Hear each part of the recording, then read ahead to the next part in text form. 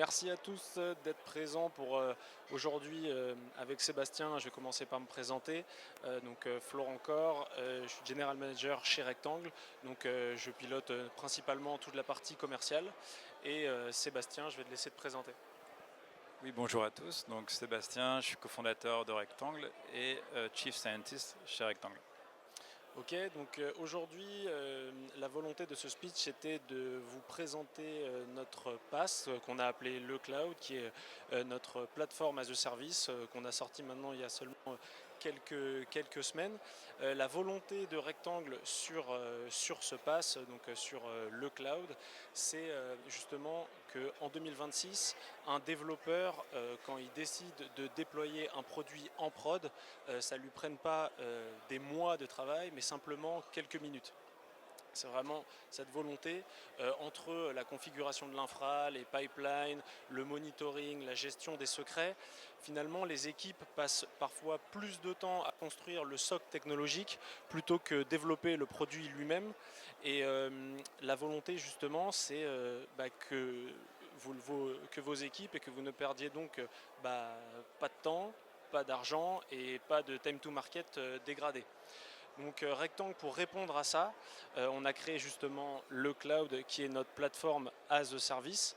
Le but, c'est que vos développeurs arrivent, ils codent, ils déploient et que ça soit l'infra, les environnements isolés ou la sécurité soit déjà là, clé en main. En plus de ça, on a fait le choix fort de développer et de construire sur Outscale, parce que si vous êtes là dans la salle, je suppose que vous savez qu'aujourd'hui, la souveraineté des données, c'est plus une option, mais c'est en train de devenir un standard, une obligation. Je précise également que le PaaS, pour nous, a une volonté justement d'abstraire toutes les complexités des couches IaaS. Le but, c'est vraiment que vos équipes le prennent en main rapidement, qu'il n'y ait pas de courbe d'apprentissage longue. En plus de ça, le PaaS est ISO 27001 et HDS, ce qui fait que ça vous permet de, lorsque vous construisez vos produits sur le PaaS, vous bénéficiez de nos certifications. Le but, si je devais résumer du PaaS, c'est vraiment de pouvoir vous permettre de développer des produits rapidement, de déployer des produits rapidement et qui soient souverains et conformes. Si je présente juste rapidement Rectangle. Rectangle, on a eu deux phases. Nos premières années, globalement, on était une agence, notamment axée DevOps, SecOps, et au fur et à mesure d'accompagner nos clients, on nous a remonté un besoin justement d'une plateforme PaaS et on s'est mis dessus et je vais laisser justement Sébastien détailler un peu plus en longueur tout ça. Ok, merci Florent. Donc on va revenir au sujet initial qui est comment utiliser la vérification formelle des configurations et l'IA pour commencer une boucle vertueuse qui nous permet aujourd'hui de vous proposer le cloud, donc notre produit PaaS, et de bénéficier d'un certain nombre de garanties automatiquement. Quelle est la première cause de panne et de faille quand on se place dans une optique de infrastructure as code? Pour ceux qui ne connaissent pas, infrastructure as code, c'est une approche DevOps qui permet d'écrire de façon déclarative quel est l'état attendu, l'état désiré d'une infrastructure et de se fier à une boucle de réconciliation qui va s'assurer que l'état actuel des configurations reflète bien la configuration déclarative. Théoriquement, c'est très intéressant. En pratique, on a pas mal de problèmes, notamment écrire ces configurations à la main, ça peut être compliqué. Il peut y avoir pas mal de bugs, pas mal d'erreurs, et souvent on est amené à tester après coup si cette configuration est correcte, si elle est sûre. Ça devient difficile finalement de prouver une politique de sécurité, une politique d'exploitation et de s'assurer que la configuration as code implémente effectivement la politique d'exploitation. Chez Rectangle, qu'est-ce qu'on fait? On s'assure que les configurations as code sont générées depuis un modèle formel dont on va parler dans les slides suivants et qui permet de garantir un certain nombre d'invariants et donc de ne plus vérifier après coup la qualité et la sécurité de la configuration, mais de générer une configuration qui est sûre et d'avoir des garanties de ce point de vue-là. Alors comment ça fonctionne? On se repose sur ce qu'on appelle un graphe de configuration formelle. Donc, pourquoi un graphe? Alors il se trouve que quand on utilise du YAML, du JSON pour gérer ces configurations, souvent on manipule des chaînes de caractères. Tout le monde sait que c'est peu fiable, c'est assez fragile. Donc déjà quand on utilise Terraform, il y a déjà cette notion de graphe qui apparaît. Et nous, on étend finalement le concept du graphe de configuration à l'ensemble des configurations cloud, ce qui nous permet d'avoir un graphe de configuration formel. Qu'est-ce qu'on apporte au-delà de l'IAC classique? On apporte des contrats formels. Alors, qu'est-ce que c'est les contrats formels?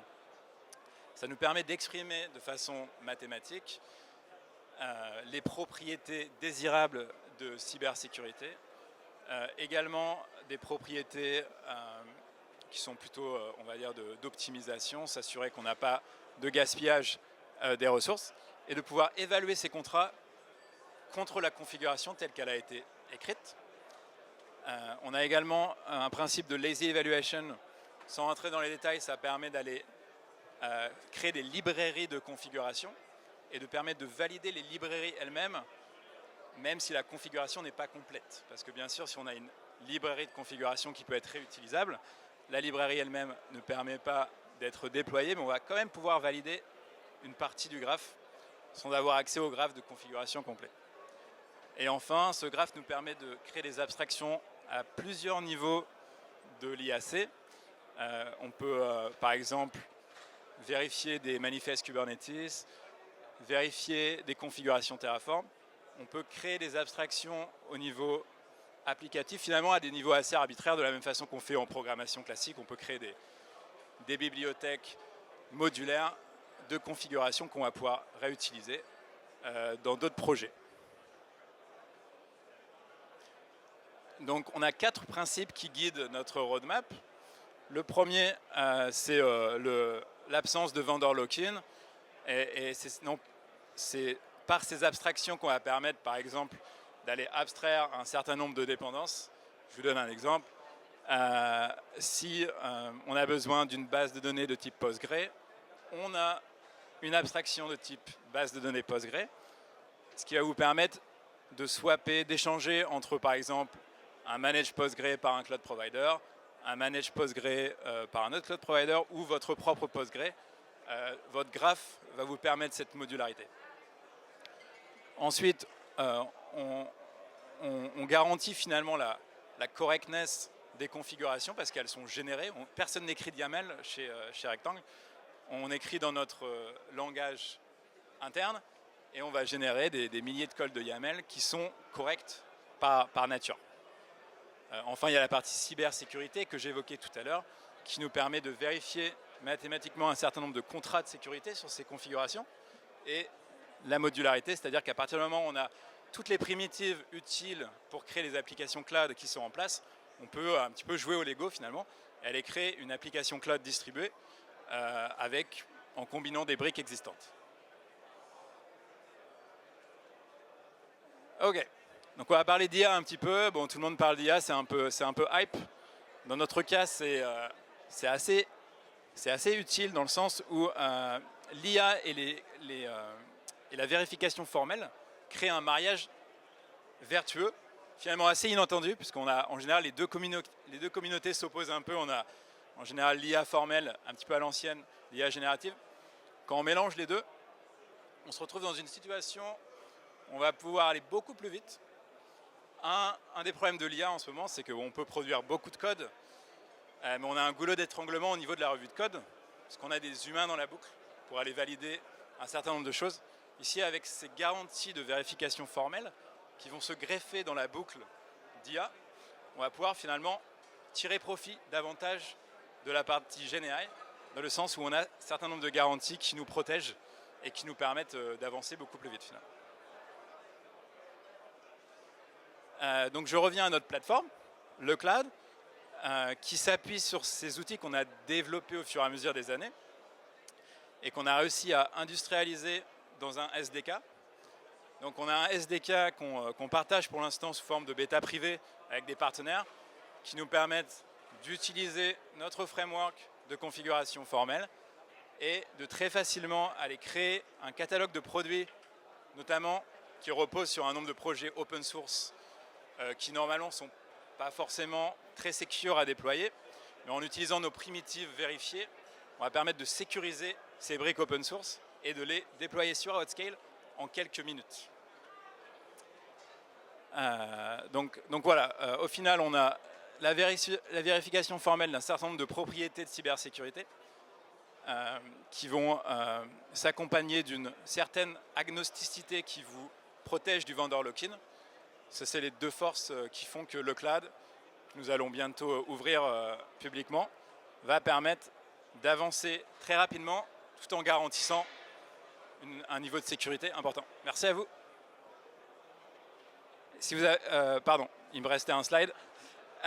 Donc, au niveau des verticales métiers de notre catalogue PaaS, on a un historique assez important avec des clients FinTech.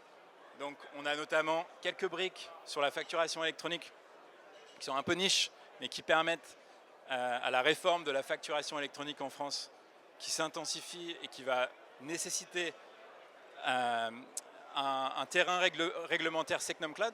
Donc finalement, avoir ce pass qui est adossé à l'IA Secnum Cloud Outscale, ça permet d'accélérer un grand nombre d'acteurs qui se retrouvent exposés à des réglementations Secnum Cloud, mais qui ne viennent pas du tout du secteur public et qui n'ont pas l'habitude de déployer des infrastructures Secnum Cloud. Bien sûr, on va aussi permettre de déployer un certain nombre de frameworks open source autour de l'IA.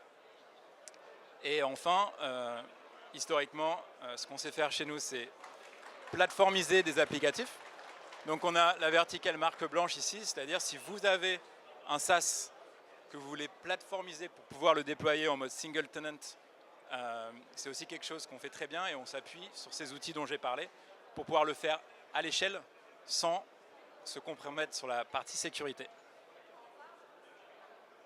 Donc voilà, si vous voulez en savoir plus, on a un stand rectangle au niveau des stands partenaires et on sera ravi de vous expliquer plus en détail notre gamme de produits et donc je vous donne rendez-vous sur notre stand. Merci.